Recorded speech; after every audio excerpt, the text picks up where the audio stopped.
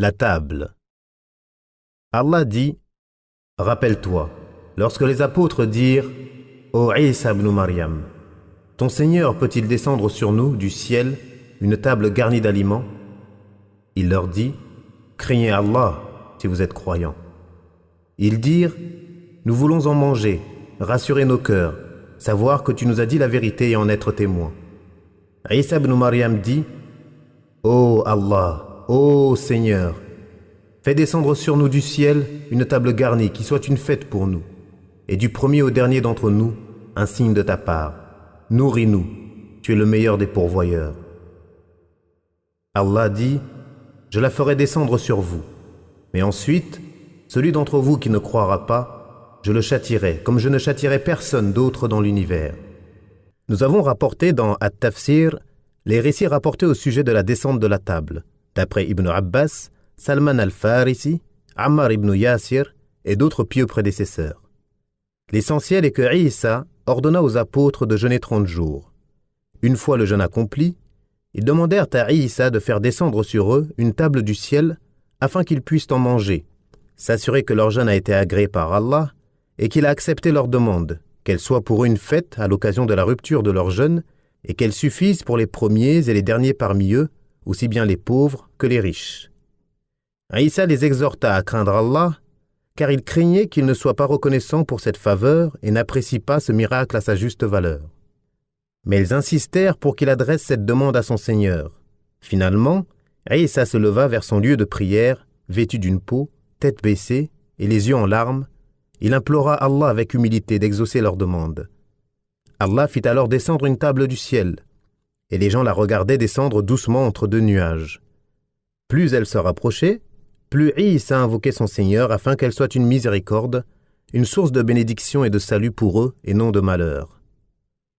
La table poursuivit sa descente jusqu'à arriver devant Isa couverte d'un voile. Isa leva alors le voile en disant « Au nom d'Allah, le meilleur des pourvoyeurs ». La table contenait 7 poissons et 7 pains. On dit qu'il y avait aussi du vinaigre, ou encore des grenades et d'autres fruits à l'odeur des plus agréables. Allah lui dit « Sois », et elle fut. Isa leur commanda alors d'en manger.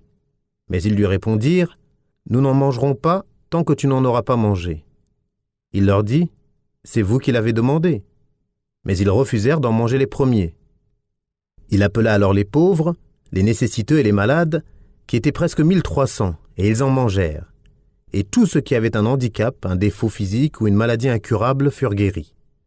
On rapporte que la table descendait une fois par jour et que tous les gens, du premier au dernier, en mangeaient. On rapporte qu'ils étaient plus de 7000 à manger. Ensuite, elle ne descendit qu'un jour sur 2, comme c'était le cas pour la chamelle de Saleh, dont les gens buvaient le lait un jour sur 2. Puis, Allah ordonna à Isa de la réserver aux seuls pauvres et nécessiteux, à l'exclusion des riches.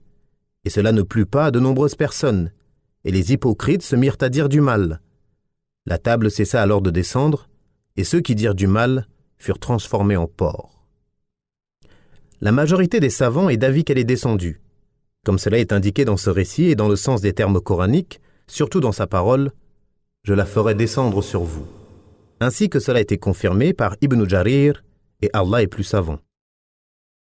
L'élévation de Isa est la preuve du mensonge des Juifs et des chrétiens au sujet de la crucifixion. Allah dit « Et ceux qui ont mécru se mirent à comploter. Allah a fait échouer leur complot, et c'est Allah qui agit le plus astucieusement. » Allah dit alors « Ô Isa, je vais mettre fin à ta vie terrestre, t'élever vers moi, te débarrasser de ceux qui n'ont pas cru, et mettre jusqu'au jour de la résurrection ceux qui te suivent au-dessus de ceux qui ne croient pas. Puis, c'est vers moi que sera votre retour, et je jugerai entre vous ce sur quoi vous divergiez. Nous les avons maudits, pour avoir trahi leur engagement, renié les versets d'Allah, tué injustement des prophètes, et pour avoir dit « Nos cœurs sont scellés ». Mais c'est Allah qui a scellé leurs cœurs à cause de leur mécréance. Ainsi ils ne croient que très peu. Nous les avons maudits, à cause de leur mécréance et de l'énorme mensonge qu'ils prononcent contre Maryam. Et à cause de leurs paroles, nous avons tué le Messie, Isa ibn Maryam, le messager d'Allah. Or, ils ne l'ont ni tué ni crucifié. mais ce n'était qu'un faux semblant. Et ceux qui ont divergé à son sujet sont vraiment dans l'incertitude. Ils n'en ont aucune science certaine et ne font que suivre des conjectures et ils ne l'ont certes pas tué. Mais Allah l'a élevé vers lui et Allah est puissant et sage.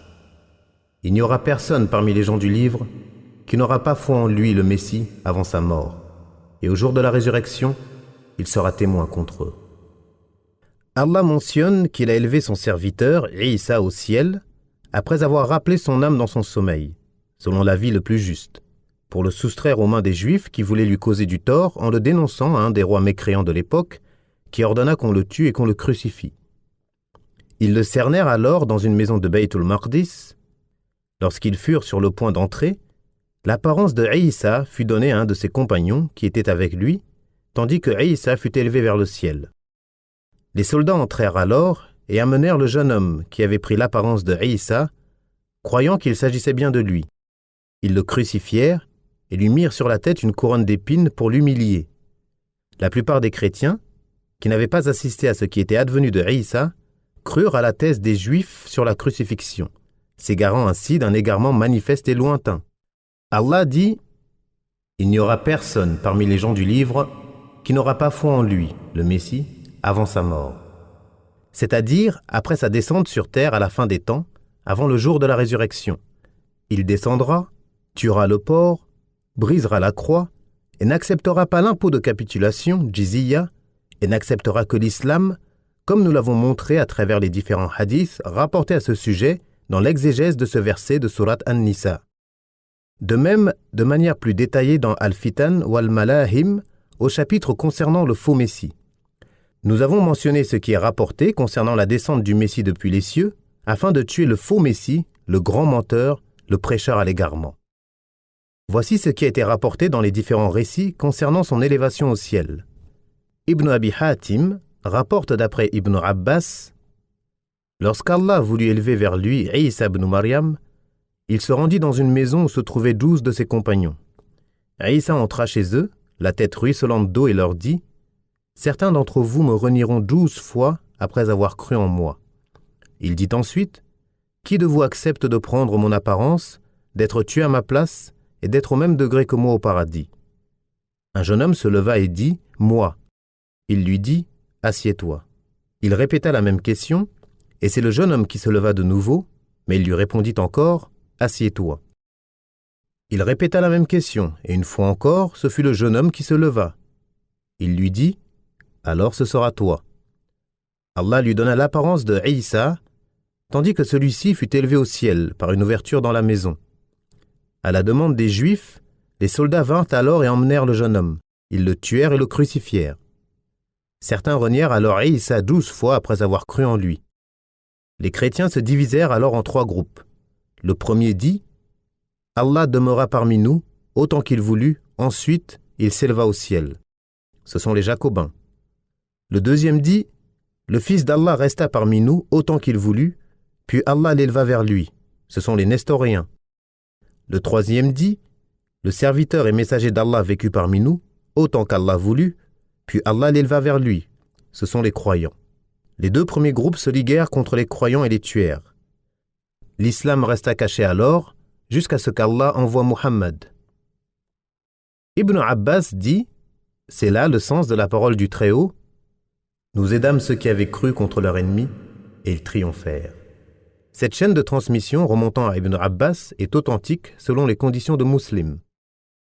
Al-Hassan al-Basri rapporte « Lorsque Isa fut élevé, il avait 34 ans. Dans le hadith, on rapporte « Les habitants du paradis y entreront, imberbes et les yeux fardés de khol, et ils auront tous 33 ans. » Et dans un autre hadith, « À l'âge de Isa et avec la beauté de Youssouf. »